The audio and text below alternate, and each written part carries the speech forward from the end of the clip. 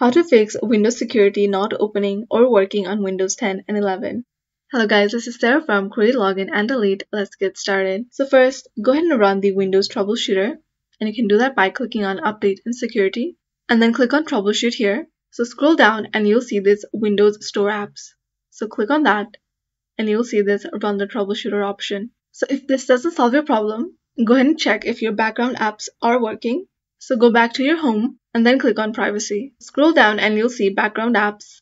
So make sure that this option is turned on and go ahead and search for Windows Security over here. So make sure that this is turned on, and if it's turned off, go ahead and turn it on. So the next thing you can do is rebuild all apps, and you have to do that by going to Windows PowerShell. So click on the search bar and type Windows PowerShell, and then click on Run as Administrator. Click on Yes, you want to allow this app to make changes to your device. So go ahead and run this command, and then click on Enter.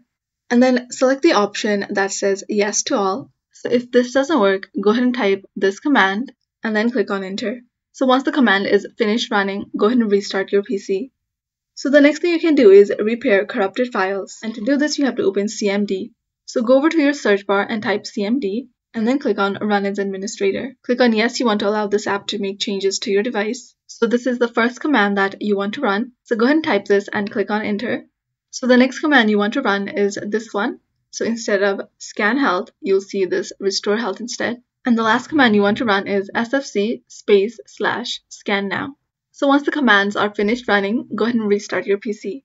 So the last thing you can do is reset your Windows. So come over to your settings, and you can do that by clicking on your Start and clicking on Settings, and then click on Update and Security. So make sure you're under this Recovery tab, and you'll see this Reset this PC option, and then click on Get Started. So this lets you choose to keep your personal files or remove them, and then reinstalls Windows. So go ahead and follow the prompt to reset your PC.